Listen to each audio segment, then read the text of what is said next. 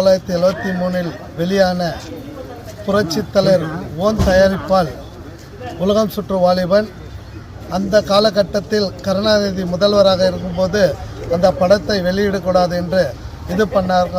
ஆனாலும் பம்பாயில் போய் தலைவர் அதை பிரிண்ட் பண்ணி மார்னிங் ஷோ அங்கே போட்டு அப்புறமேல் தான் சென்னை சாந்தி திரையரங்கில் வெளியிட்டார்கள். ஆனாலும் இப்பொழுது போல் மீடியா இல்லை, எதுவும் இல்லை. ஆனால் அந்த ஓலை குடிசையிலேருந்து மாட்டு வண்டியில் வந்து பாம்ப்ளேட்டை எரிச்சு தான் அன்ற காலகட்டத்தில் 1 கோடி வசூலானது 3.5 கோடி. இன்று காலகட்டத்துக்கு எடுத்துக்கொண்டால் அது பலாயிரம் கோடி. ஆனாலும் ஒரே ஒரு ரூபாய் இல்லை.